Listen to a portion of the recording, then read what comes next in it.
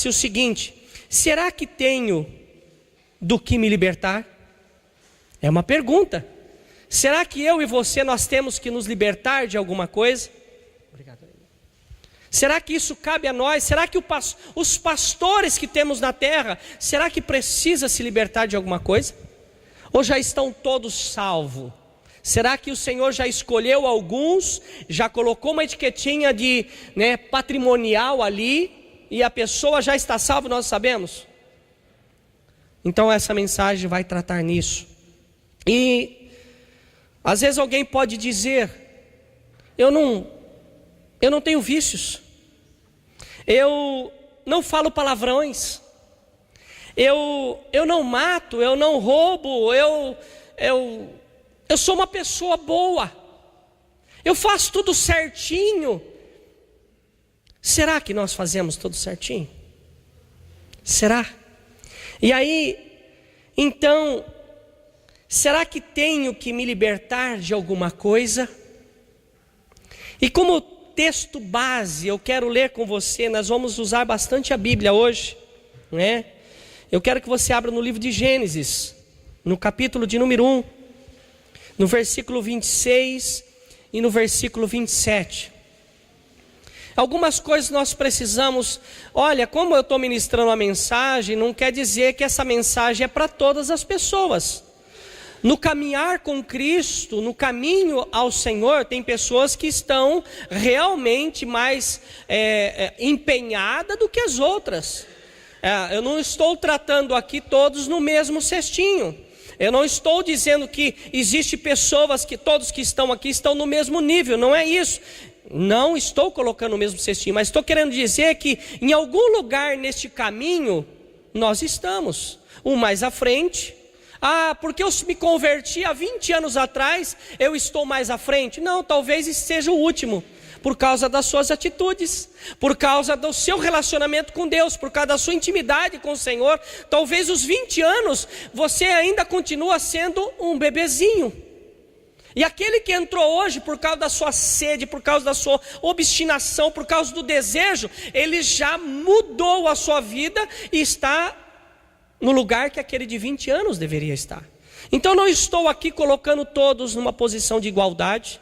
Estou dizendo que cada um de nós está numa caminhada com o Senhor, e cada um de nós deve ter espelho em casa, e quando conversa consigo mesmo, sabe o lugar que nós nos encontramos, com as nossas atitudes. Quando nós colocamos a nossa cabeça no nosso travesseiro, ou ficamos sozinhos no nosso banheiro, você que não canta, eu não posso fazer isso, não, até a água para de descer, né? Mas você que canta, em vez de cantar, começa a perguntar por Deus: Deus, qual é a nota que o Senhor me dá?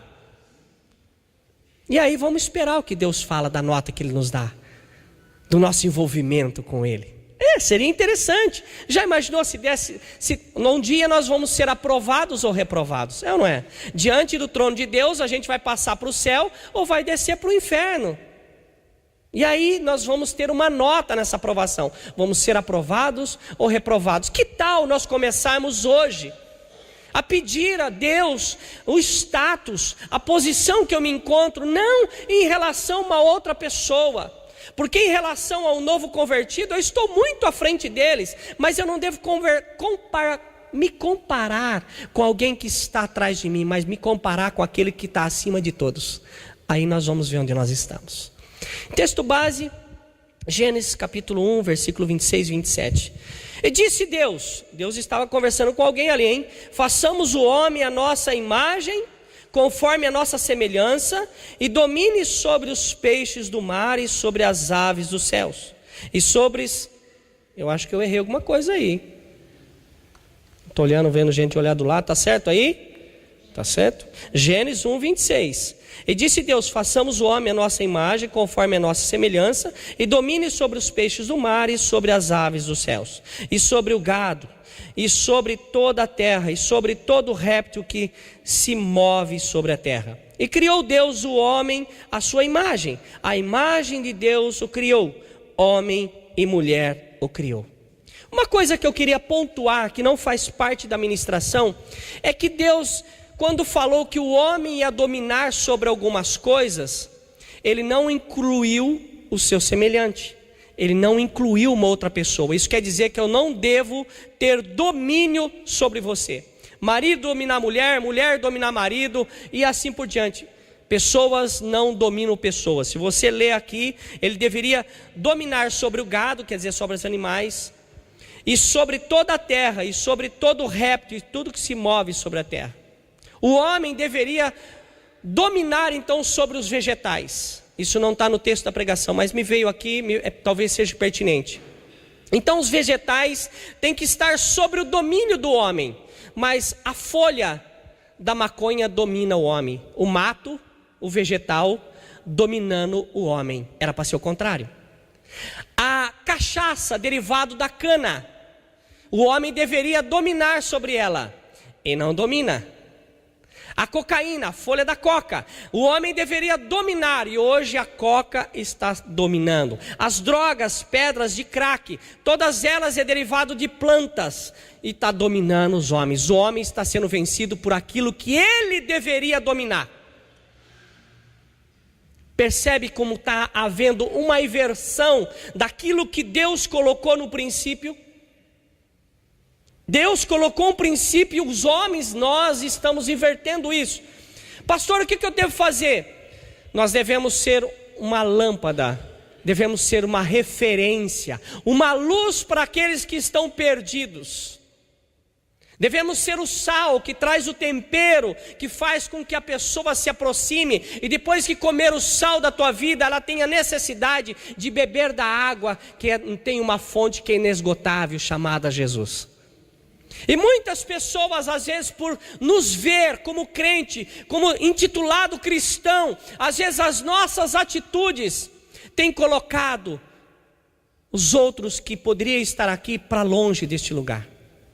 Hoje eu fui fazer uma cotação de preço em uma loja, e eu sempre comprei. Eu tenho lugares na cidade que eu ligo e compro sem estar lá, eu libero compra por telefone. Mas eu fui numa loja hoje, e quando eu falei de uma igreja e perguntei quantas vezes ele fazia, porque eu ia passar o cartão, o meu cartão, ele falou assim: nós não vendemos a prazo para a igreja porque não paga. Meu irmão, é triste ouvir isso. As pessoas sendo colocadas num pacotinho, todos sendo colocados no mesmo lugar. Me deixa triste isso, porque nós como cristãos somos representantes não da terra, mas do céu. E as nossas atitudes têm feito cheirar mal a narina de Deus. Foi assim que Deus destruiu o mundo em água, porque o cheiro do pecado estava fedendo ao nariz de Deus. E futuro bem próximo, espero que venha logo, Maranata, venha Senhor Jesus. Muita gente que às vezes estão dentro da igreja vai ficar, infelizmente, porque falta atitude e comprometimento com a palavra de Deus. Isso não faz parte da pregação, mas Deus me levou a falar sobre isso. Abra no livro de 1 Coríntios, capítulo 6, versículo 19. Alguém pode até perguntar, 1 Coríntios 6,19, alguém pode perguntar: por que Deus nos criou imagem e semelhança dele? Sempre tem uma pergunta, e é bom a gente fazer pergunta para a Bíblia, porque os nossos filhos sempre fazem pergunta para nós adultos, buscando em nós uma resposta satisfatória à sua curiosidade. E a palavra de Deus, quando nós fazemos uma pergunta para ela, ela também nos traz uma resposta que nos satisfaz. 1 Coríntios capítulo 6, versículo 19. Olha aí o motivo pela qual Deus nos fez imagem e semelhança dele.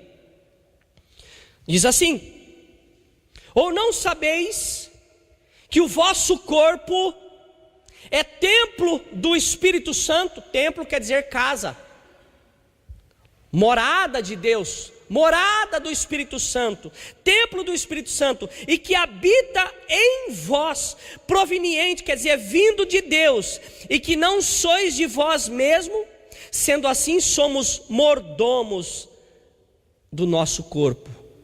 Sendo assim, o meu corpo, Deus me deu esse corpo para que eu cuidasse dele. Este corpo não me pertence, já foi comprado por Jesus na cruz. Ele se tornou a partir daí morada, templo do Espírito Santo de Deus. Mas quando o Espírito Santo não habita, tem uma porta aberta para o diabo. Irmãos, quando nós não somos templo do Espírito Santo, tem outra coisa que habita ali. Uma vez me perguntaram: pastor, por que eu comecei a ir na igreja e depois parei de ir, a minha vida virou pior do que era? Eu respondi: eu não vou deixar mais minha mulher ir na igreja, porque quando ela vai na igreja, ela para de ir, depois ela fica pior do que ela estava na primeira vez.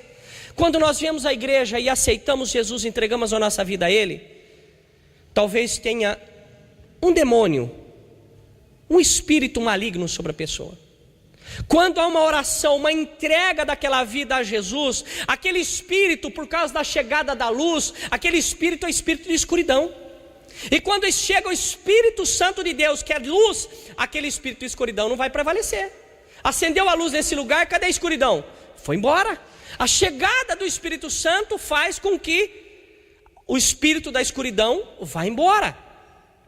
Só que essa pessoa, ela recebe essa luz, o Espírito Santo de Deus, mas depois ela volta a fazer as coisas erradas. O inimigo anda por lugares secos, lugares desertos, não encontra onde morar, volta para ver como está a vida daquela que ele morava. E aí quando ele vê que está vazia, porque Jesus quando entra ele faz uma limpeza, e aí ele chega, a casa está cheirosa, a casa está boa. Aí o que acontece? Ele traz mais 7 com ele. Então a vida daquela pessoa vai ficar quantas vezes pior do que da primeira?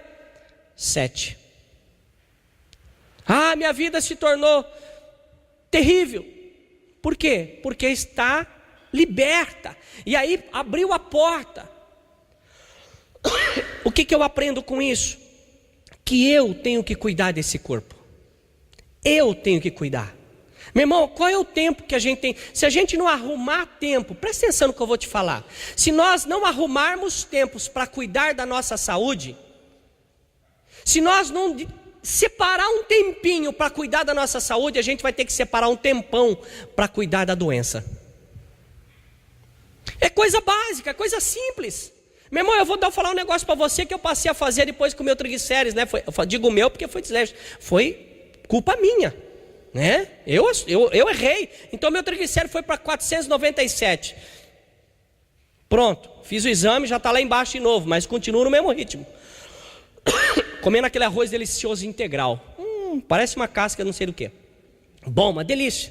Fui na farmácia, comprei lá cloreto de magnésio, um salzinho delicioso. Ruim que só uma coisa.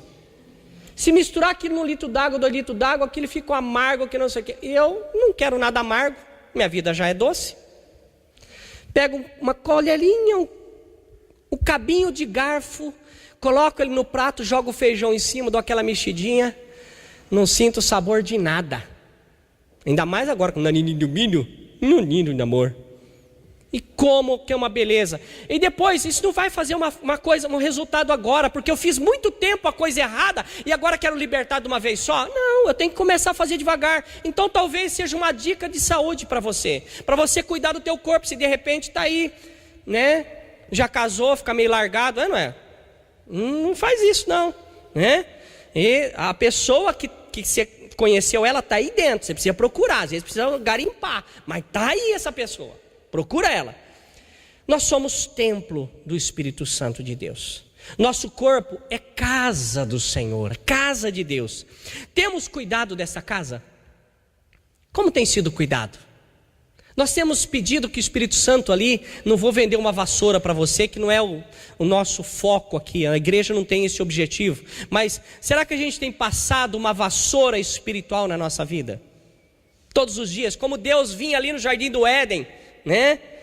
E olhava para Adão e Eva, peladão, os dois, estava pelado. Tem gente que fala que não pode ficar pelado, toma banho de roupa, faz isso, que se Deus voltar, ele vai ficar para trás. E Adão e Eva estavam pelados, foi Deus que fez ele daquele jeito.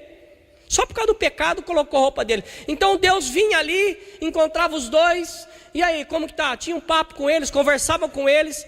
Nós temos essa conversa com Deus todos os dias? Ou a nossa conversa com Deus é quase uma extrema unção? Ô Senhor, Deus tem que saber braille, inglês, francês, sei lá o quê, porque...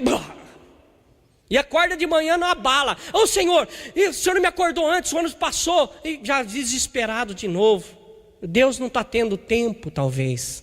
Nós precisamos dar um pouquinho do nosso tempo para o Senhor. Perguntar se a casa que nós chamamos Ele para morar está adequada. Quando você mora numa casa, você é inquilino de uma casa, quando tem alguma coisa errada, você fala com quem? Com o dono da casa. Quem é o dono dessa casa? Quem é o dono dessa casa é Deus. Mas nós estamos às vezes preocupados com tantas coisas, não é? Que a casa de Deus pode ficar bagunçada. Mas precisamos parar e pensar nisso, que nós somos templo do Espírito Santo. Segundo ponto: o que devo fazer para essa casa não ser destruída? Porque essa casa pode ser destruída. E às vezes, meu irmão, essa casa de Deus está destruída aqui, agora, hoje. Oséias 4:6, abre lá no Profeta Menor, Oséias 4:6. Se você pegar de trás para frente, deve ser o 5º ou 6º livro. Oséias, depois de Daniel, Ezequiel, Joel, está ali, essa turma anda junto ali. Esse povo está tudo junto ali. Oséias capítulo 4, versículo de número 6. Olha o que destrói uma pessoa, não por fora, mas por dentro espiritualmente. Às vezes, meu irmão, muitas pessoas querem muitos cargos na igreja, porque o muito cargo na igreja acaba escondendo algumas coisas. Então, não tenta abraçar o mundo todo, faça uma coisa bem feita. Meu irmão, eu mal consigo pregar, o dom que Deus me deu é esse. Se eu começar a cantar, meu irmão, eu vou ser o cara que mais expulsa aqui. Você vai ser o primeiro, de lá vai começar a sair, vai todo mundo embora, cada um na sua. Eu não quero fazer aquilo. Tentei tocar violão, meu irmão, e a hora que essa mão batia, a outra não mudava, a hora que eu mudava essa não batia, tudo fora de coordenação. Já vi que não é para mim esse negócio, descobri, vou ficar teimando. Eu tenho que ser teimoso, como foi pregado na terça-feira, para fazer as coisas boas. Ah, não ama ele, eu vou amar. Não ajuda ele, eu vou ajudar. Tem que ser teimoso para as coisas boas. Foi assim que foi ministrado na terça-feira. Oséias 4:6, a primeira parte só. O meu povo foi destruído por quê? Faltou conhecimento, faltou sabedoria. Sabedoria, conhecimento é a mesma coisa. Faltou conhecimento, o povo não busca conhecimento. Por que você manda o teu filho na escola? Por que os nossos filhos vão na escola? Por que nós fomos na escola? Para ser instruído, para ter sabedoria, para ser orientado, para ter conhecimento. Aonde você aprendeu que Pedro Álvares Cabral descobriu o Brasil? Na escola. Você estava lá? Não, você acredita na história, né? E lá eles falam que o homem veio do macaco. Alguém brincou. Osmir então veio do parou no orangotango. Só porque eu sou peludinho? Não tem nada a ver isso. Deus fez o homem, não tem história. Se evoluiu do macaco, cadê quem está no meio aí? Cadê? Achou alguma coisa? Procura tudo da Bíblia, acha da Bíblia. Procura o homem no meio do macaco, metade gente. Não tem. Então, nós aprendemos isso na escola, mas não é verdade. Isso é contra a Bíblia. E tem que tirar nota ainda, é mole isso? Tirar 10. O meu povo foi destruído porque lhe falta conhecimento. Meu irmão, eu quero perguntar para você, nós temos tanto tempo para assistir televisão, temos tempo para o computador, temos tempo para tantas outras coisas. E eu quero perguntar, quanto do nosso tempo tem sido dedicado para ler a palavra de Deus? Irmãos, tem muitas pessoas aqui que depois que sai da igreja, guarda a Bíblia lá e depois tem que procurar, porque durante a semana não sabe nem onde guardou. Não sabe, durante a semana não pega a Bíblia, durante o dia não pega a Bíblia. Tem Bíblia no celular, o celular não esquece. Tem alguém que chama o celular de marca-passo, se falhar, morre. Ah, eu estou saindo de casa sem o celular, parece que eu estou pelado. Não está, gente. É assim, nós temos. Então qual é a importância da palavra de Deus para a minha vida? Em que lugar da minha vida está a palavra de Deus? Eu tenho tempo para ficar escrevendo com os 2 dedinhos lá no WhatsApp, mas e a palavra de Deus, onde está? De cada dia, quanto tempo nós temos dedicado a conhecer a Deus através de sua palavra? Quantos versículos você lê por dia? Quantos? Meu irmão, nós precisamos, se nós acreditamos em Deus, nós temos que dedicar a esse Deus, porque Ele vai vir buscar aqueles que o conhecem. Meu irmão, entre uma pessoa que você conhece e uma pessoa que você não conhece, se você tivesse que dar uma carona, para qual que você daria? Qual que você levaria? Evidentemente que aquela que você conhece, tem alguma coisa que você sabe dela. Agora nós queremos ir morar no céu sem conhecer o Pai, sem conhecer a palavra de Deus. Se você fosse Deus hoje, presta atenção que eu vou falar para você. Se você fosse Deus hoje, você levaria você mesmo para o céu? Se você fosse um patrão que estivesse precisando de um empregado, você contrataria você mesmo como profissional? Ah, se eu fosse patrão eu contrataria eu mesmo. Será que é isso mesmo? Você contrataria você mesmo? Você é dedicado a ponto de você ser um empresário e contratar você mesmo, aqui, agora, hoje? Nós temos que pensar nisso, gente.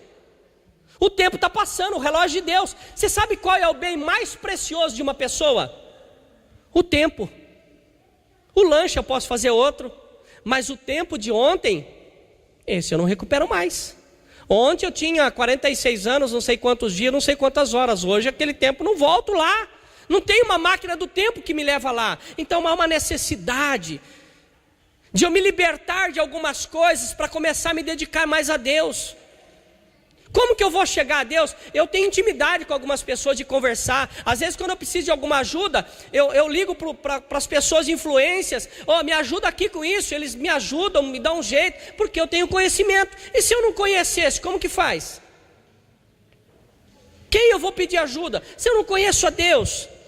Será que não estamos precisando nós de nos libertar de outro tempo para nos dedicarmos a Deus? Quando chegamos na igreja, no culto, muitas vezes as pessoas encontram dificuldade em abrir a Bíblia. Não porque às vezes não sabe a localização do livro, mas porque a página às vezes está até grudada. Eu já peguei Bíblia emprestada dos irmãos aqui, que tinha os picotinhos da página. Sabe aquela que marca a página do lado, que corta? Tinha os picotinhos dentro da Bíblia. Eu tenho certeza que aquela página ele nunca passou por ela. Páginas coladas. Meu irmão, nós precisamos ler a Bíblia. Nós acreditamos em Deus ou não? Quando nós vamos fechar um contrato para morar numa casa, a gente lê ele de cima embaixo. Fazemos tudo. Alguém vem me oferecer alguma coisa, eu tenho que ler, eu tenho que fazer. E por que nós não fazemos isso com a palavra de Deus? Aonde nós queremos morar? Nós devemos libertar de tempos, sabe, excluir alguma coisa da HD aqui e colocar no lugar as coisas de Deus. Tem tempo as crianças para soltar pipa, tem tempo para isso, para aquilo, mas e o tempo para Deus, para ler a palavra? Tempo para oração. Meu irmão, qual foi o último dia que você orou? Ou melhor, qual foi o último dia que você jejuou a Deus?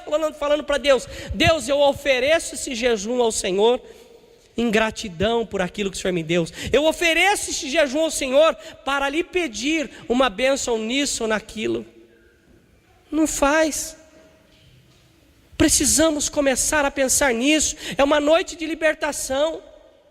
Será que as nossas vidas dentro da igreja não estão sendo destruídas porque está faltando conhecimento da palavra de Deus? Será que esta palavra, essa Bíblia que nos traz um poder tão grande de autoridade, a gente está sendo destruído porque não sabe usar a autoridade?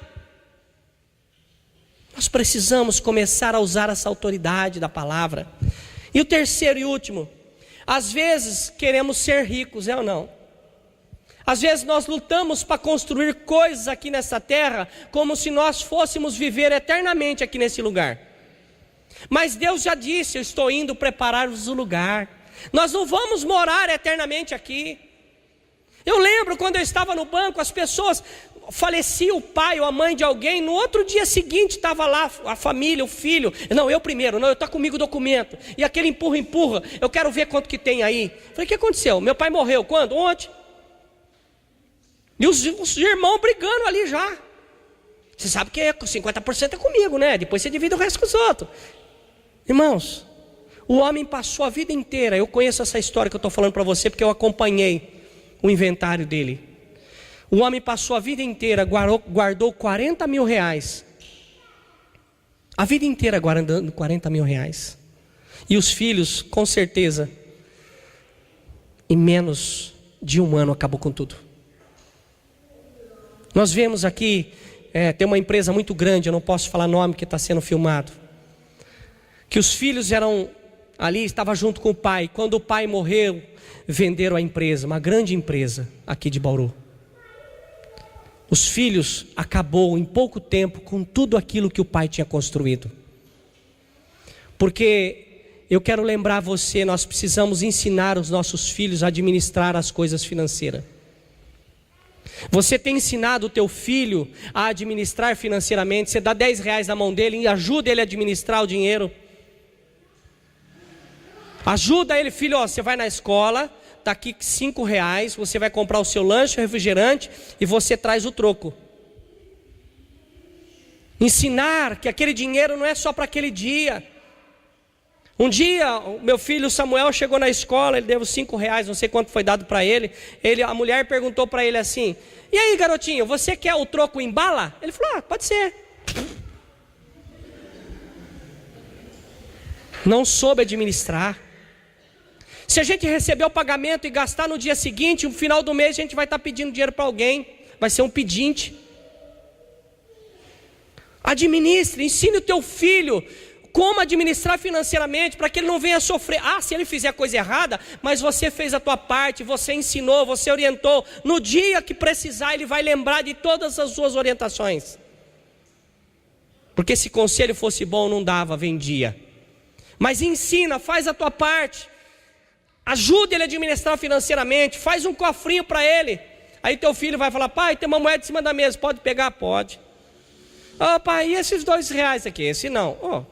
Só porque é 2 reais? E se fosse 2 moedas de 1? Também não. Aí seria 2 reais também.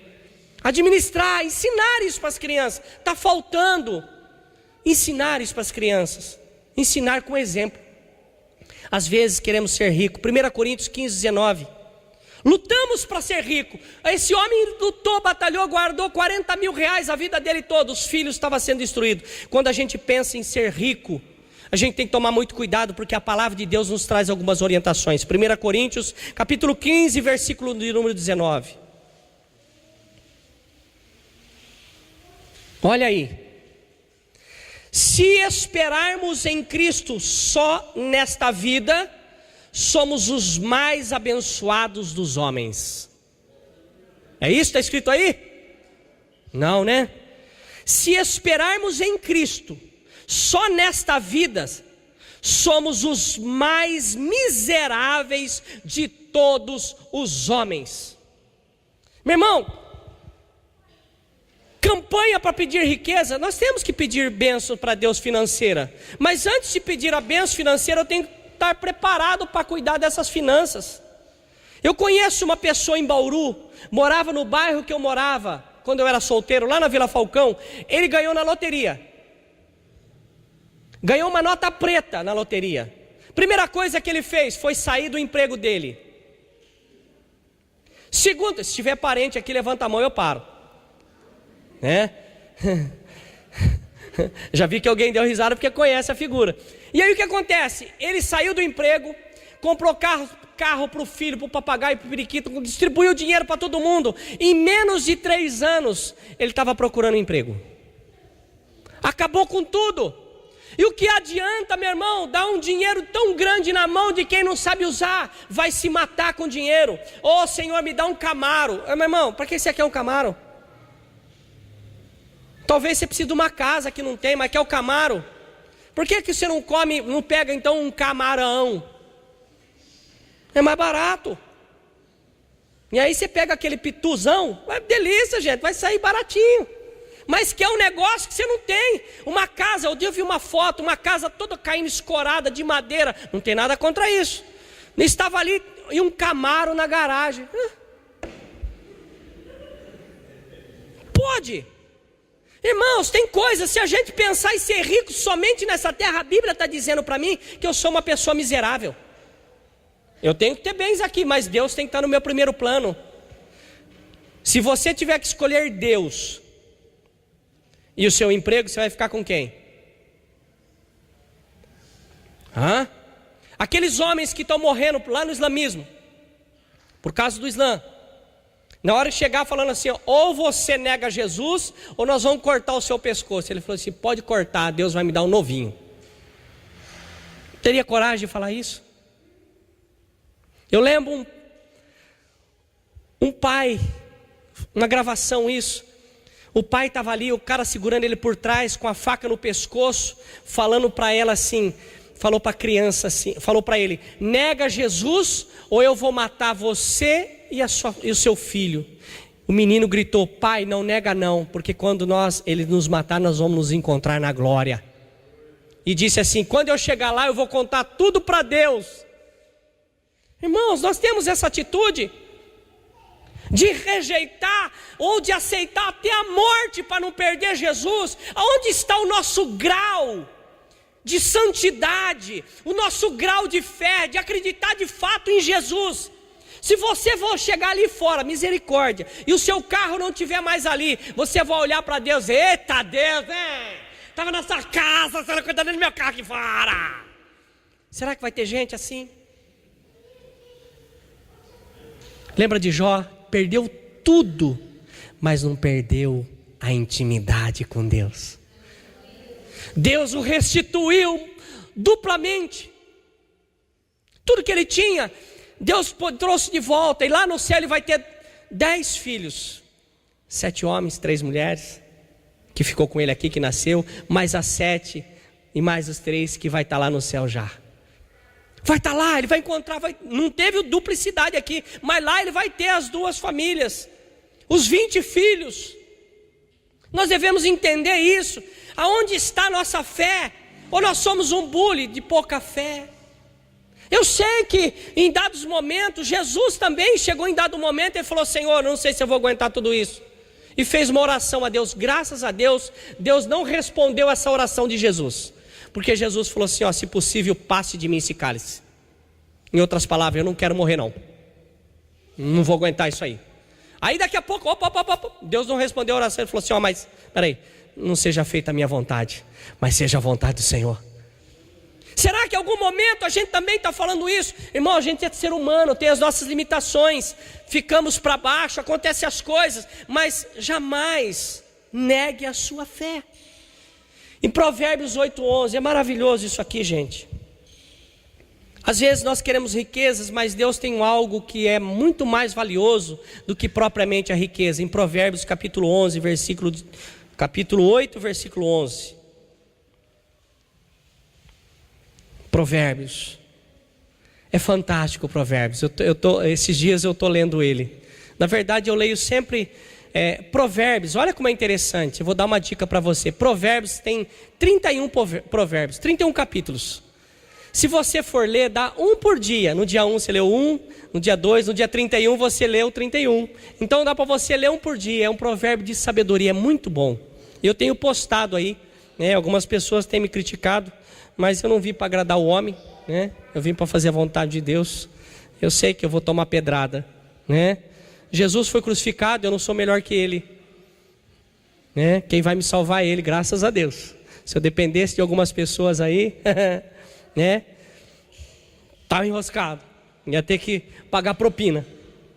Provérbios 8:11 diz assim, porque melhor é a sabedoria do que o rubis, e tudo o que mais se deseja não se pode comprar com ela.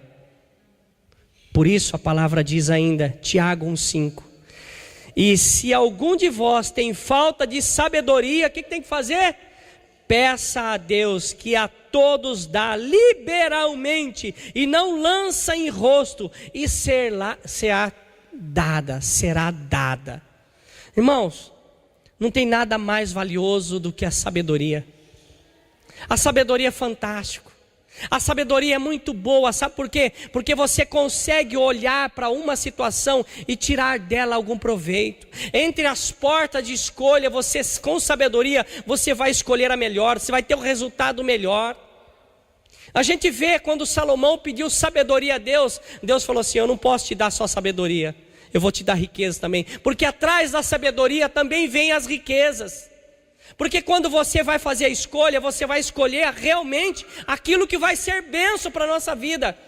Eu lembro do meu estudo teológico, no primeiro que eu fiz, tinha um homem lá que ele deu um testemunho no devocional, e ele falou assim: eu nunca mais peço coisa errada para Deus.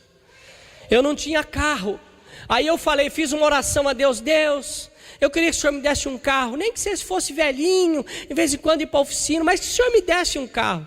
Deus deu um carro, ele se tornou sócio de uma oficina. O pagamento é tudo lá. Ele falou assim: nunca mais vou pedir coisa com defeito para Deus. E quando você pedir, peça coisa com qualidade.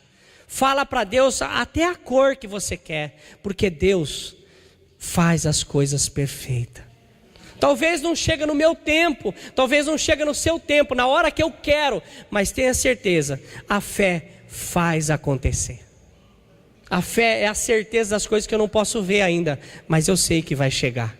Fé, acreditar. Ele diz aqui: peça sabedoria a Deus, que Deus dá sabedoria. Dá para quem? Para todo mundo. Quantos incrédulos, às vezes, que eu digo incrédulo, que não está vivendo a palavra de Deus, não está em busca, não quer aprender, não lê a Bíblia, né? Não tem interesse pela Bíblia, tem interesse por várias outras coisas. Como que chama? Tem um programa novo que entrou aí depois do Fantástico agora. Como que chama? Vocês não querem falar porque a madeira vai cantar, né? Sobe ou cai, desce ou sobe, um negócio assim aí. Mas aí, todo mundo sabe e estava na expectativa de ver esse programa. E aí o que acontece? Dedica tempo a esse programa e falta conhecimento de Deus. No momento de uma luta, eu uso sempre isso para exemplificar. Imagina 2 cachorros pitbull. E aí, esses 2 cachorros pitbull, um deles é alimentado 3 vezes ao dia com uma porção de ração. O outro é alimentado uma vez por semana, só no domingo, às 19h30. Numa batalha, qual dos 2 que vence a briga que ele tiver que enfrentar? Aquele que come 3 vezes por dia ou aquele que só vem domingo de noite? Quem que vence? Evidentemente aquele que se alimenta mais, aquele que tem mais alimento dentro de si. Numa batalha espiritual, numa luta espiritual, meu irmão, quem você acha que vai vencer? Aquele que tem mais intimidade com Deus. Porque você vai olhar para Deus. Você sabe aquele amigo que você tem um relacionamento tão legal com ele, que quando você olha para um lugar, olha para a pessoa, ele fala, ele já sabe o que você está falando, já sabe o que você está querendo dizer. Não tem amigo assim que você olha para a pessoa, ele já sabe tudo o que você está pensando. Deus é assim. Quando surge uma coisa com você, você olhou para ele e falou assim: eu já sei, meu servo. Ele está do seu lado. E às vezes, meu irmão, se você fizer isso com um estranho, se você olhou para algumas coisas e vai olhar para o seu amigo, você olhou para lá, olhou para o amigo, deu um sorrisinho, ele já sabe, entendeu. Se você fizer isso com um estranho, o estranho vai falar assim: você está louco, rapaz? Fica olhando, sorrindo para mim? Fica mostrando esse dente, tá achando que eu sou dentista? Porque lhe falta intimidade. Nós devemos nos alimentar, porque no momento de uma luta espiritual, numa batalha espiritual, só vai vencer aquele que estiver mais armado de Deus. Estiver ali com a sua couraça, estiver ali com o capacete, estiver ali com as suas botas, estiver com as armas adequadas, com o escudo, tiver armado. E isso que eu estou falando para você é tudo no mundo espiritual. Você não vai precisar carregar peso, gente. Eu vou com tudo isso para o trabalho. Você vai, não vai nem sentir peso. Tem gente que vai com o demônio nas costas. Qual a diferença? Busque o Senhor, dedique mais tempo ao Senhor. Você vem na igreja, busque o Senhor fora da igreja também. Se alimente. Tem gente que come de manhã, toma um café da manhã caprichado, reforçado, aí no meio do dia come uma frutinha, uma jaca, uma melancia. Aí vai almoçar com aquele prato assim que parece o Monte Everest. Aí no meio da tarde come uma caixa de bolacha com mais 2 jarras de leite. Aí chega à tarde, bate aquela xepa assim que só Jesus na causa. Antes de dormir dá uma fominha, aí come outro pacote de bolacha com mais 2 jarras de leite. E espiritualmente o cara só tá o chassi do grilo. Na hora de ter uma luta espiritual, o que vai acontecer com você? Com o peso você já não vai conseguir nem correr, não é? Comendo desse jeito. Entende? Está me entendendo? Amém, irmão? Vamos começar a buscar mais a palavra de Deus, a palavra do Senhor. Há uma necessidade. Às vezes nós enfrentamos lutas, somos vencidos de alguma batalha porque está nos faltando conhecimento da palavra. Conhecimento.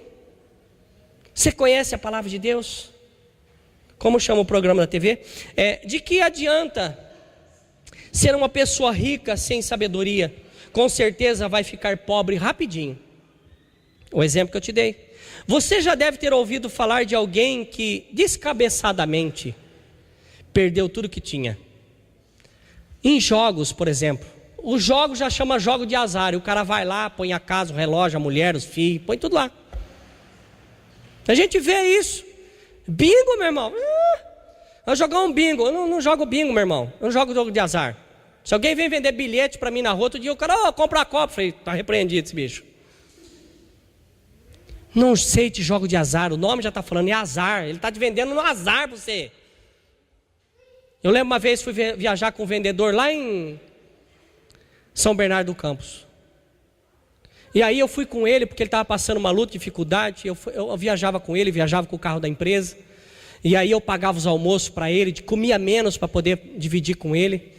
E aí nós saímos do almoço, numa avenida. E aí ele atravessou a rua numa lotérica e voltou raspando um negócio. Tinha aquele negócio de raspadinha. Eu falei, o que você fez, irmão?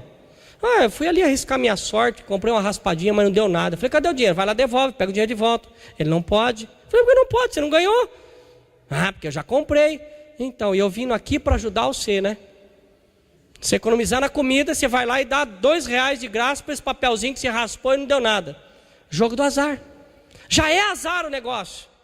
Meu irmão, olhe para a sua vida agora. Olhe para a sua vida. Como está o cuidado que você está tendo com a casa de Deus? Está bem cuidada a sua casa? Para Jesus, para o Espírito Santo morar dentro de você? Está cuidado?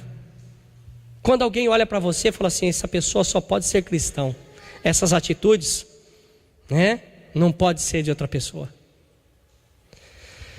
E será que a minha vida não seria melhor se eu tivesse mais sabedoria vinda de Deus?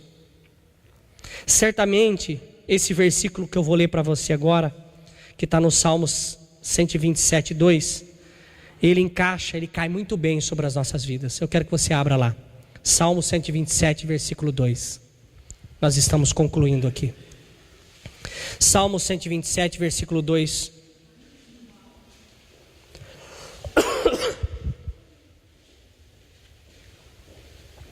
Olha o que diz esse salmo.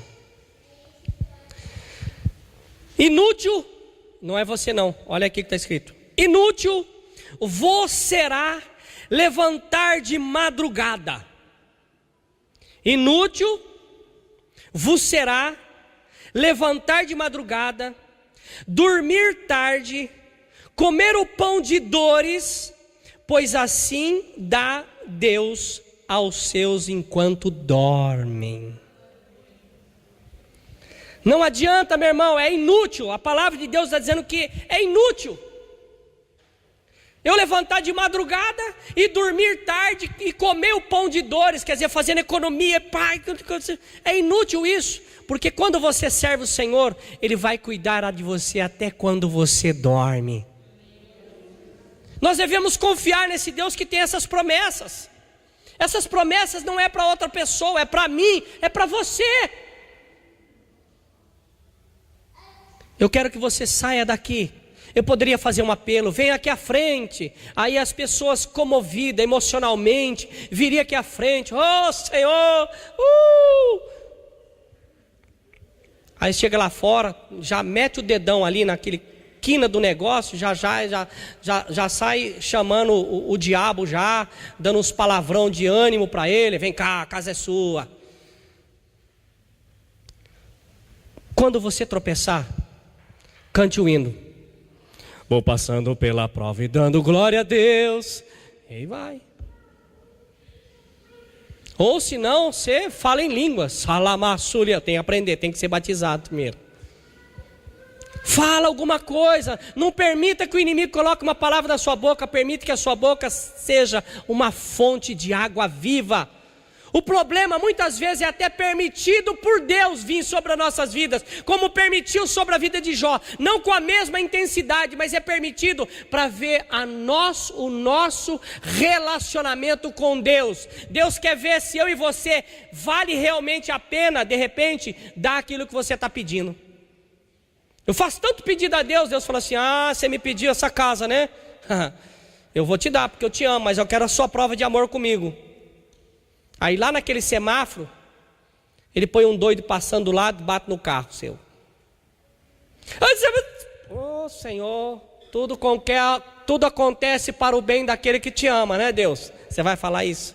O carro todo esculhambado ali, peça para lá, motor para cá. Senhor, tudo concorre para o bem daquele que ama o Senhor. Aleluia, glória a Deus. Motor para lá, chassi para cá, banco pendurado, aleluia. Jesus, obrigado, Senhor. Será que vai ser assim? Ou você vai lá no cara, vai fazer igual o Marcelão: está queimado, queima, Jesus. Ou quando não, você pega o extintor e apaga o cara. Mas não com a fumaça. Deus às vezes quer nos dar a bênção, mas a gente não consegue passar na prova. E aí vem repetindo, vem outra prova. Repete de novo, vem outra prova. Repete de novo, é o repetente. Temos que ser aprovados, independente da circunstância. Temos que ser aprovados. Somos mordomos de Deus, estamos cuidando daquilo que é do Senhor. Não é nada nosso. Se você foi comprado por Jesus, você não é mais seu, você é do Senhor. Pense nisso.